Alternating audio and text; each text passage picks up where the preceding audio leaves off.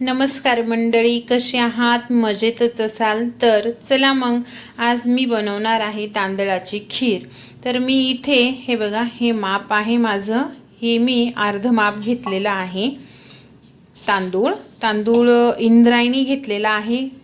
खीरीला चांगला असतो कारण तो चिगट असतो तांदूळ, त्याच्यामुळे खीरही छान मस्त येते।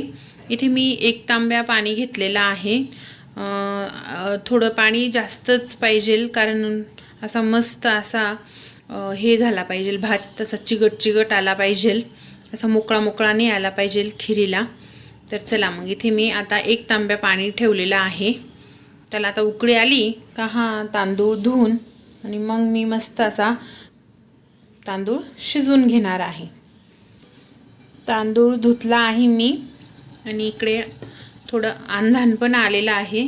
तर आता मी तांदूळ अंधांमध्ये टाकून घेणार आहे।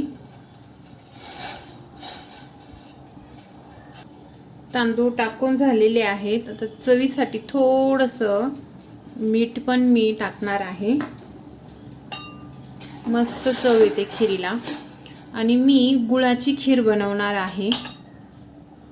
तर आता चला, आता मी झाकण लावून देते आणि 3-1 शिट्ट्या करून घेते। इकडे आता शिट्टी होते तोपर्यंत आपण इकडे गुळाचं पाणी बनवून घेऊ खिरीत टाकायसाठी। तर इथे मी अर्धा तांब्या पाणी घेतलेला आहे। तर ह्या पाण्यामध्ये मी आता गूळ घालणार आहे। हे बघा, फुल 1 वाटी गूळ घेतलेला आहे मी, मीडियमच वाटी आहे, जास्त मोठी पण नाही आहे। आता हा गूळ ह्या पाण्यामध्ये टाकायचा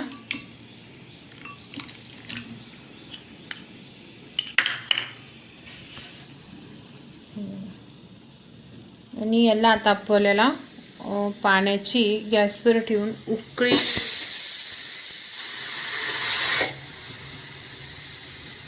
उकळी करून घ्यायची आहे। पूर्ण गूळ पाण्यामध्ये विरघळू द्यायचा। एखादी थोडीशी अशी उकळी आली का मग बंद करायचा। तर चला मग आता गॅसवर ठेवलेला आहे मी पातेलं। तर इकडे बघू शकता आपली 1 शिट्टी झालेली आहे, अजून 2 शिट्ट्या आपल्याला करून घ्यायच्या आहेत। हे बघा, गूळ मेल्ट झालेला आहे, हे बघू शकता। इकडे कुकरच्या शिट्ट्या पण पूर्ण झाल्या, मी कुकर बंद केला आहे। थोडी आपण वाफ भरू देऊ, तोपर्यंत इकडे ड्राय फ्रूट्स वगैरे कट करून घेऊ। मस्त असे आपले तांदूळ शिजलेले आहेत, हे बघा। तर मस्त असं फेटून घ्यायचंय।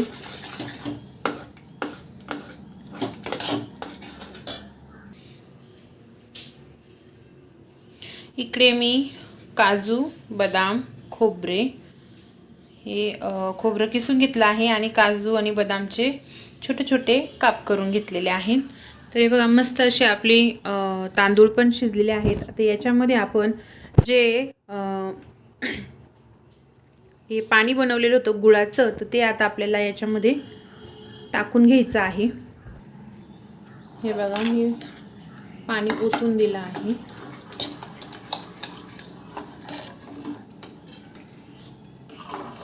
जास्त मी फिटून नाही घेतलेली, थोडे तांदूळ खाताना पण लागले पाहिजे, म्हणजे असं वाटतं की आपण जशी तांदळाचीच गव्हाची खीर खातोय असं वाटतं, एकदम छान लागते। आता आपल्याला याला पुन्हा थोडंसं शिजवून घ्यायचं आहे पाण्यामध्ये तांदूळ, आणि मग याच्यामध्ये आपल्याला काजू, बदाम आणि खोबरे, वेलची पूड घालायचं आहे। मस्त अशी आता मी थोडीशी अशी उकळी पण येऊ देते। खूपच छान लागते आणि आपण डायबिटीजच्या जे पेशंट असतात त्यांना पण आपण म्हणजे गुळाची खीर खायला देऊ शकतो। याच्यात अजिबातही साखर मी घातलेली नाहीये। माझी लहान मुले त्यांना पण मी साखर खायला देतच नाही, शक्यतो गुळच खायला देते। आणि गुळाचेच पदार्थ आम्ही बनवतो, साखरेची बनवतच नाही। तर बघा, आता याच्यामध्ये मी खोबरं, हे जे ड्रायफ्रूट्स कापलेले होते ते सगळे टाकून देणार आहे.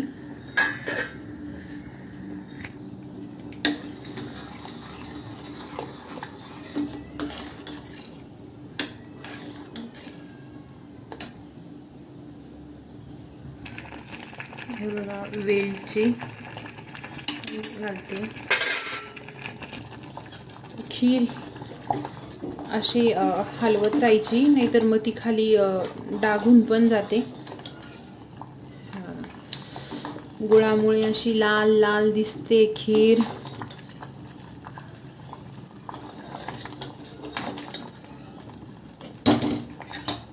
थोडा वेळ आपण शिजू देऊ. खीर आपली शिजलेली आहे. आता मी गॅस बंद करणार आहे. आणि गूळ असल्यामुळे आपल्याला दूध टाकून आणि ती उकळून घेता नाही येऊ शकणार, कारण गुळामुळे दूध टाकल्यावर ती फाटून जाईल ते. त्याच्यामुळे आपल्याला त्याच्यात गूळ दूध नंतरूनच टाकायचं आहे, नाहीतर मग ते खराब होऊ शकते. आता ही थोडीशी गार होऊ देऊ आणि मग याच्यामध्ये आपण दूध टाकू. गार झाल्यानंतर हे बघा मी दूध टाकलेलं आहे. मस्त अशी आपली खीर, टेस्टी टेस्टी यम्मी यम्मी खीर रेडी झालेली आहे. बघू शकता, छान भारी.